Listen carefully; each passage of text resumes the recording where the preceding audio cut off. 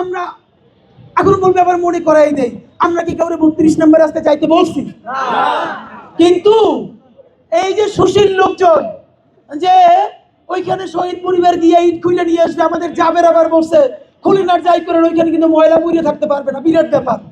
আপনাদেরকে একটা কথা বলতে চাই, এই সুশীলের একজনও কি বলছে এইরকম গণহত্যা কইরা ওইখানে বৈশা যে এখনো কসাই রানী যে হুমকি ধামকি দেয়, তার বিরুদ্ধে কয়জন সুশীল এখন পর্যন্ত দিস্তা দিস্তা কলাম লেখছে? সেইটা লিখতে পারেন না। আর আমার শহীদ পরিবার এখন পর্যন্ত কোনো বিচার পায় না। আর সে যদি ওই উস্কানের প্রতিবাদে ওইখানে একটা ইট খুলে নিয়ে এসে নিজের শান্তি দিতে পারে, সেইটারে মব বলেন না। এখন যেই ভাষায় গালি দেওয়া লাগে, তওবা করছি সামনে ইলেকশন করবো, এই জন্য দিতে পারতেছি না। বন্ধুরা আমার, আপনাদেরকে আজকে একটা কথা বলি, যেহেতু আওয়ামী লীগ এই কথাটাও বলতে পারে যে আমরা এইখানে বসে রয়েছি, এখন আমরা আওয়ামী লীগের হেডকোয়ার্টারে যাব। ইট মাইরা তো আর কিছু করতে পারবেন না অত বড় বিল্ডিং এ, কারণ শীষ আসলে চাপাই রাখেন ওই পর্যন্ত। 10 মিনিট যাত্রা বিরতি পাবেন ওখানে ইনশাআল্লাহ। সবাই এইখানে এসে লাঞ্চ করবো। একটা রিস্কি কথা বলি, গত 3 দিন ধরে বিভিন্ন গুরুত্বপূর্ণ মাধ্যম থেকে আমাকে বলা হয়েছে আমি যেন খুব সাবধানে থাকি। একজনকে যদি টার্গেট করা হয় সেটাকে আমাকে টার্গেট করা হয়েছে। আমাকে বলা হয়েছে গত 2 দিনের মধ্যে যেন আমি সন্ধ্যায় বাসায় ফিরি। আমি শুধু বলেছিলাম আমি যেখানে যাই আর না যাই, আমি ডাক দিলে তো 10টা মিডিয়া আসে, আমি ডাক দিলে 20 জন লোক আসে, আমার যে আপনারা নিরাপদ থাকতে বলেন, আজকে যদি দেশে আর একটা গণহত্যা হয়, আমি বিশ্বাস করি আমি কোনো অ্যাসাইলাম চাইলে হয়তো আমি পাবো, কিন্তু যেই ভ্যানওয়ালা, সবজিওয়ালা, যেই মাদ্রাসার শিক্ষার্থী চিরতরে মারা গিয়ে তার বাবা মা তার সন্তানকে হারাই অসহায় হয়ে গেছে, সে কোন এম্বাসিতে অ্যাসাইলাম চাইবে বলেন? আমাকে অনেকে বলে আমাদেরকে তোমরা বেশি ইমোশনাল।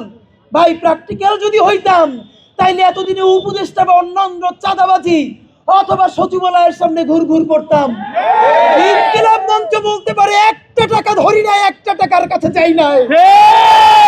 শহীদদের রক্তের সাথে আমাদের জীবনের বিনিময়ে যদি ইনসাফ আইনা দেওয়া লাগে, সেই ইনসাফ আইনা দিয়ে আমরা একটা গ্রেট মৃত্যু চাই।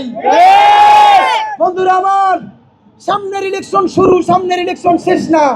আমরা এমন রাজনীতি করবো ইনশাআল্লাহ, এই রাজনীতির মডেলে আগামী 20 বছর পর বাংলাদেশের রাজনীতি বদলে যেতে বাধ্য হবে।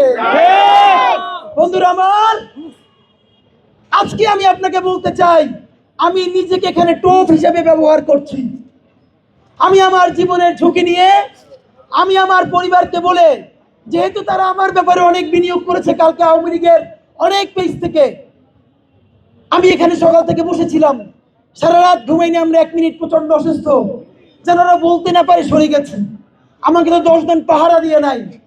যদি ওরা গুলি চালাতে আসে, এসে চালাক, যেহেতু আসে নাই, আমরা মিছিল নিয়ে এখন তাদের কার্যালয়ে যাব। এরপরও যদি তারা দেখেন, আগে যখন ছাত্রলীগ নামতো, সামনে পুলিশ, পিছনে র্যাব, নিজেরা মাথায় হেলমেট দিয়ে হাতে রিভলভার, এরপর তারা আমাদের উপরে আক্রমণ চালাইতো।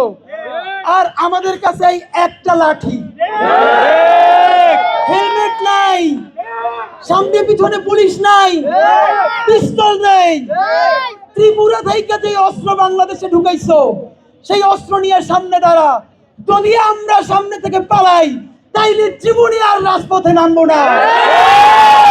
আর তোরা যদি আজকে না নামো, তাইলে বাংলাদেশের রাজনীতিতে তোদের আর কোনো ভবিষ্যৎ থাকবে না। বন্ধুরা, 2টা যদি ককটেল ফোটে অথবা যা কিছু হোক, আপনারা কি সরে যাবেন? হাত তুলে ওয়াদা করেন শেষ পর্যন্ত লড়াই করবেন।